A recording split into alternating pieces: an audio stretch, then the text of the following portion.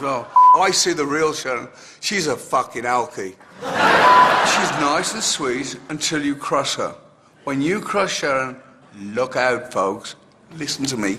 Look out. She's nuts. I'm going to tell you guys a little secret about Sharon, and she would never want me to tell you this.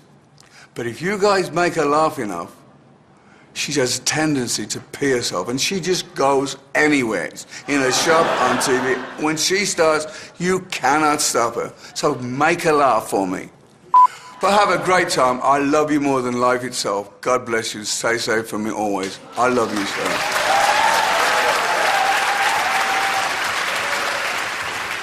Sharon, have you done a little wee at any stage this evening?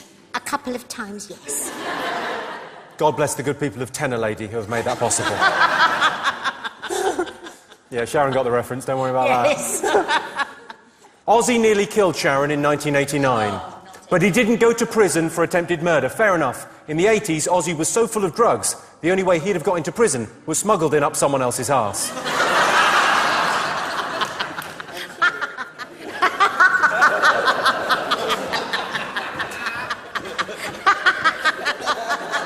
Yeah, she's laughing, but the knowledge that she's doing a little wee at the same time sort of takes the edge off from her. Sort of ruins it. I asked Ozzy, have you ever been with a more beautiful woman? He shook his head. Then I asked him if he wanted a cup of coffee, and he shook his head. And then I walked out of the room, and he shook his head. He's got a shaky head. OK, next up, Ronnie Ancona, who's a female impersonator. Sorry, that sounds wrong. I've made it sound like she's got a cock. She hasn't. She's a beautiful, funny performer. Ladies and gentlemen, Miss Ronnie Ancona.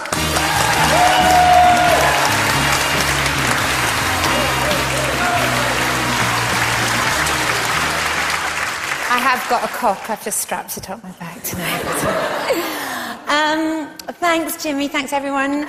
Jimmy, you're looking great. You've lost so much weight, and it's purely down to his hepatitis. B.O.C. Anyway, we've heard much about Sharon's considerable talent so far this evening, but I want to honour her for her literary prowess. Oh, God. Yes, somewhat surprisingly in her impressive canon of skills, Sharon has found the time to become a best-selling author. Her autobiography, Extreme, remains the best-selling of all time in the UK, which is very interesting because that's what it says on the front of Jordan's autobiography and Paul O'Grady's, Dawn French's, Julie Walters. A remarkable achievement, but then, you know, an autobiography is directly drawing from her life's experiences. Far more impressive is her first venture into fiction, Revenge. I've got it here, in which Sharon bravely moves into totally unknown territory with a highly complex novel about celebrities and drug addiction in LA. Where'd you get your inspiration from? It's a gift. Sure, it's a great plot, but it's really in the writing style that the book comes alive. The technical skill with which Sharon writes and the subtle brushstrokes of her prose are a true revelation. Like this sensitive moment of marital bliss between Maggie and Derek here.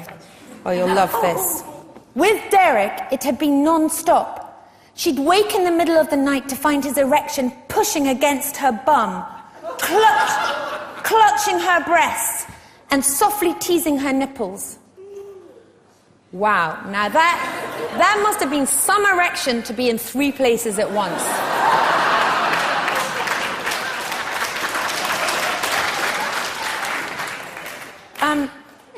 She continues. Mickey was working at Amour du Derek, where she'd been one of the more popular girls, especially skilled at putting out a series of candles with her pussy. Now, this is an interesting bit, actually, because what's more embarrassing here? The use of the P word, the image of a vagina being used as a snuffer, or the fact that the sex club, yes, the sex club is called Amour du Derek. As you can see, Sharon is sure to become a literary giant, revered and awed in equal measure. Sharon, you are just like your literature. Honest, funny, smutty, and very hard to read. But we love you. Have a wonderful night.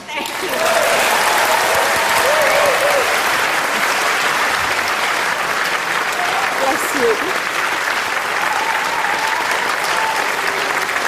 Sharon's new novel is called Revenge, and she wants you to know she wrote every single word of that title.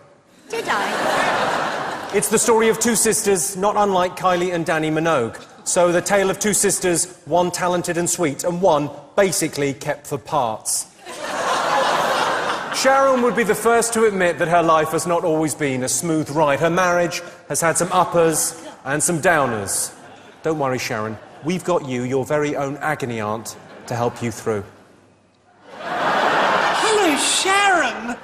Oh, it was lovely to run into you at the anger management class the other day. You only used the F word 7 times, and you're cutting down on the C word very nicely. Good for you, Sharon. I've never had cosmetic surgery because I am blessed with a perfect skin and bone structure. But you have not been so fortunate, have you? When the bandages came off, that was the beginning of a new life for you, wasn't it, Sharon? And you haven't looked back.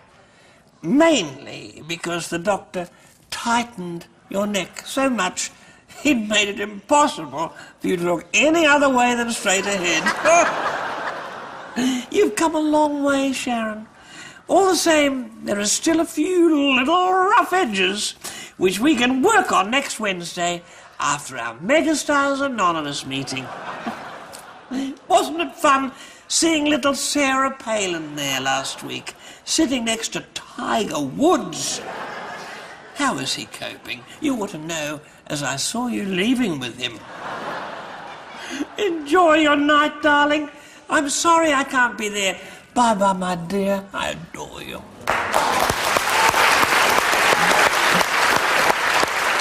Join us after the break on Sharon Osbourne, a comedy roast. Coming up, Louis Walsh, Jerry Springer, and Sharon Fights Back. The nannies weren't from the Philippines. They were from Ireland.